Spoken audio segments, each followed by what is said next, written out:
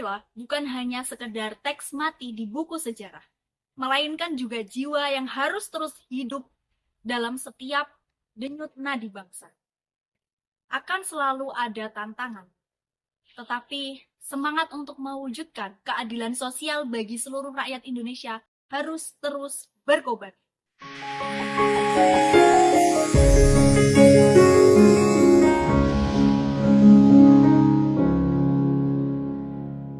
Dalam bab 3 materi kita diajak memahami esensi Pancasila sebagai dasar negara, ideologi, dan dasar filsafat Republik Indonesia.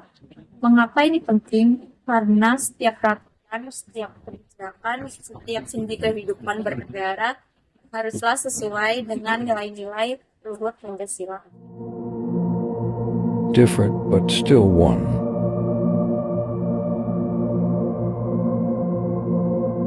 Harmonize differences, strengthen unity for a strong Indonesia. Happy Pancasila birthday. Pancasila ibarat fondasi sebuah bangunan. Tanpa fondasi yang kuat, bangunan setinggi apapun akan goyah. Begitu pula dengan negara kita, Pancasila lah yang membuat Indonesia diri tegak dan kokoh.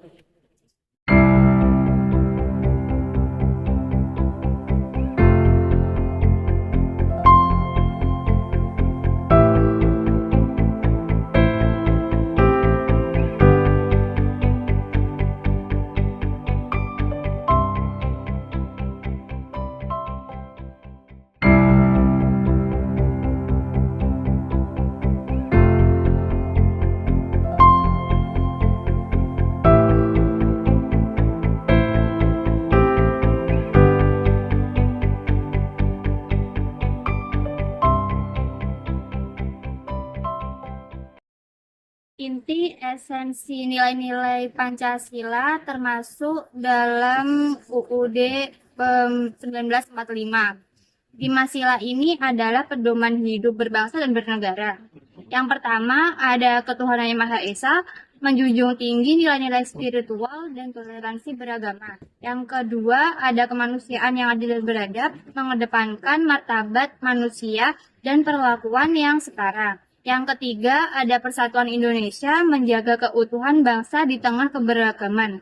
Yang keempat, ada kerakyatan yang dipimpin oleh hikmat kebijaksanaan dalam permusyawaratan perwakilan, mengutamakan musyawarah untuk mufakat dalam pengambilan keputusan. Dan yang terakhir ada keadilan sosial bagi seluruh rakyat Indonesia, mewujudkan pemerataan kesejahteraan bagi seluruh rakyat.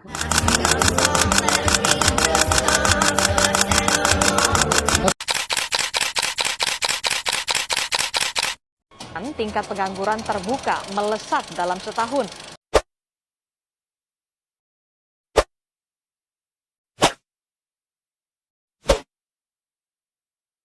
Dari berita-berita tersebut terlihat bahwa cita-cita keadilan sosial dan nilai-nilai Pancasila seringkali menghadapi banyak tantangan dalam realita.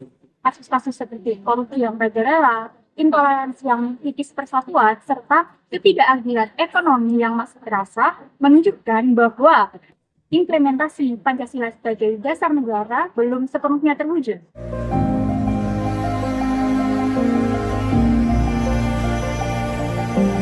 Pertanyaannya, apakah nilai-nilai Pancasila sudah menjiwai setiap peraturan dan kebijakan pemerintah?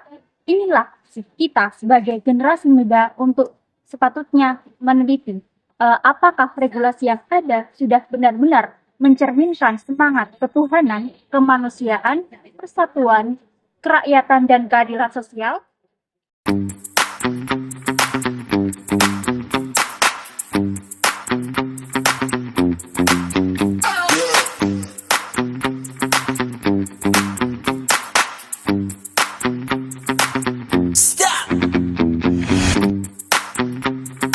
Sebagai kaum intelektual, peran kita sangat krusial.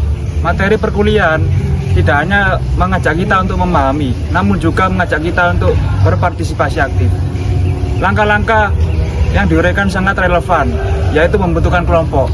Ini adalah langkah yang nyata dalam membentuk berpikir kritis dan inovatif. Penelitian lapangan melakukan penelitian di pemerintah daerah setempat atau lembaga-lembaga lain yang mempunyai kewenangan dalam merumuskan dan menetapkan peraturan kebijakan publik. Ini adalah cara konkret untuk menganalisis apakah nilai-nilai Pancasila telah menjiwai kebijakan. Sekarang tibalah saatnya kami meminta persetujuan fraksi-fraksi terhadap rancangan undang-undang tentang perubahan atas Undang-Undang Nomor 34 Tahun 2004 tentang Tentara Nasional Indonesia. Apakah dapat disetujui untuk disahkan menjadi undang-undang? Terima kasih. Dari penelitian ini, kita bisa mengidentifikasi apakah ada kebijakan pemerintah yang justru bertentangan dengan nilai-nilai Pancasila atau malah sebaliknya. Kebijakan ini memperkuat implementasi nilai-nilai tersebut. Saudara Polresta Sleman memeriksa 3 orang yang diduga terlibat upaya perintangan penyidikan pada kasus kecelakaan yang menewaskan mahasiswa UGM Argo Eriko. Ketiga pelaku diduga mengganti plat mobil Cristiano Tarijan sesaat setelah menabrak Argo. Kemudian kita harus mampu menyuarakan ketidakadilan di sosial media. Bahkan bersama pakar-pakar ini adalah bentuk partisipasi aktif kita dalam mengawal Pancasila sebagai dasar negara. Selamat datang di masa depan. Indonesia Emas 2045. Peradaban tangguh, sejahtera, inklusif, dan berkelanjutan, serta mampu keluar dari jebakan pendapatan menengah. Di tengah tantangan global, Indonesia menekankan pentingnya sumber daya manusia berkualitas untuk mencapai visinya. Investasi di pendidikan, riset, dan teknologi menjadi prioritas utama untuk menciptakan generasi muda yang siap berdaya saing. Inilah SDM Indonesia yang dibutuhkan untuk mencapai visi Indonesia Emas di 2045. Pancasila bukan hanya sekedar teks mati di buku sejarah, melainkan juga jiwa yang harus terus hidup dalam setiap denyut nadi bangsa. Akan selalu ada tantangan, tetapi semangat untuk mewujudkan keadilan sosial bagi seluruh rakyat Indonesia harus terus berkobar. Dengan pemahaman yang mendalam dan partisipasi aktif, kita sebagai generasi muda adalah agen perubahan. Kita sebagai penerus cita-cita para pendiri bangsa untuk menjadikan Indonesia sebagai negara yang berlandaskan Pancasila seutuhnya. Mari pastikan Pancasila tidak hanya sebagai simbol negara, namun juga kita jadikan Pancasila sebagai pedoman untuk memajukan bangsa. Jadilah bagian dari solusi, jadilah pembawa perubahan.